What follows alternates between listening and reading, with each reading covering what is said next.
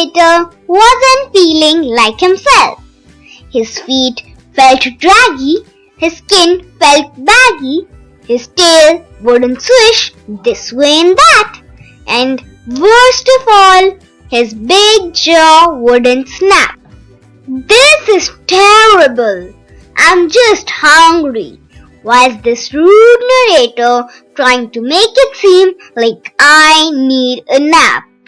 So, Snappsy went off in search of food. He walked along the edge of the pond.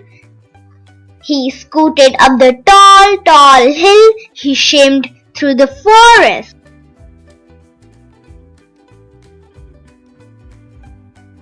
You're an awful narrator. You're just describing what you see in the illustrations. Snappsy, the big mean alligator, kept looking for food. He liked to eat tiny, defenseless birds and soft, fuzzy bunnies. He prowled through the forest looking for victims when he came to It's just a store, a grocery store. It's where I buy my food. Snappsy looked hungrily at the other shoppers while loading his cart with pudding, peanut butter, pita bread and popcorn. Yes, Snappsy the alligator was particularly fond of a certain letter of the alphabet. I don't only eat food that starts with the letter P. You don't have to make it seem like I only buy storybook food.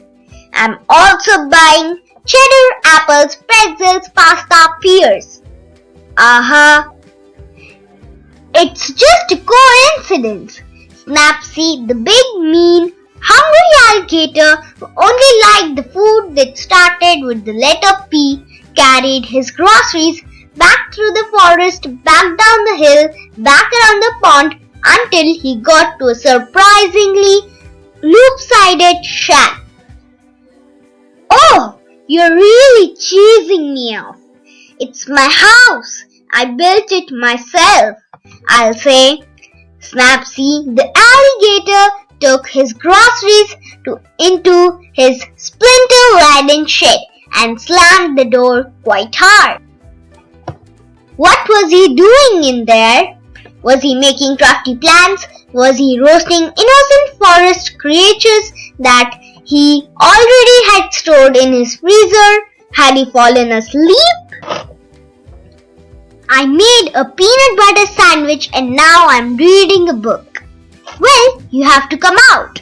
The story is really boring now. If you must know, I'm planning a party. Snappsy, the alligator, trying to better his reputation with the other animals, decided to throw a party. Wait, those aren't goodie bags. He's just taking out the garbage. Snappsy should really put out goodie bags for his guests. They love those. You know what? I did not ask to be in this book. I was just having a normal day and suddenly you were talking about what I was doing.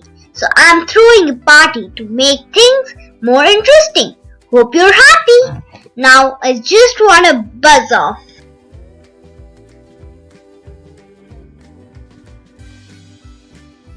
Snappsy's party was shaping up to be quite a festive event. Colorful streamers hung from the ceiling. There were cubes of cheese and a bowl of punch. Some kind of danceable music was playing. Then Snappsy's friends started to arrive.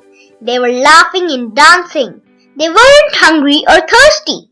They looked like they were having a really good time.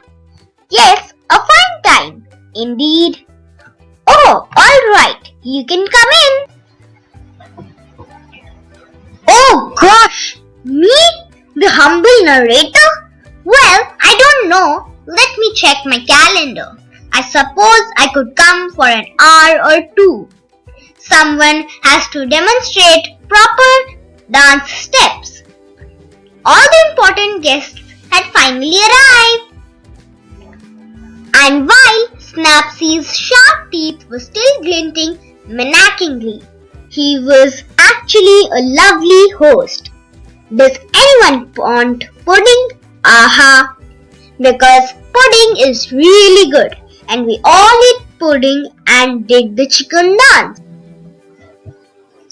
We were really looking forward to Snappsy throwing parties like this every week. Hey! The end.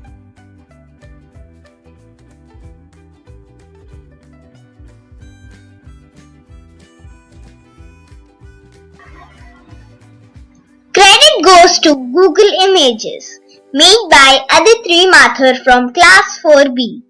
Thank you.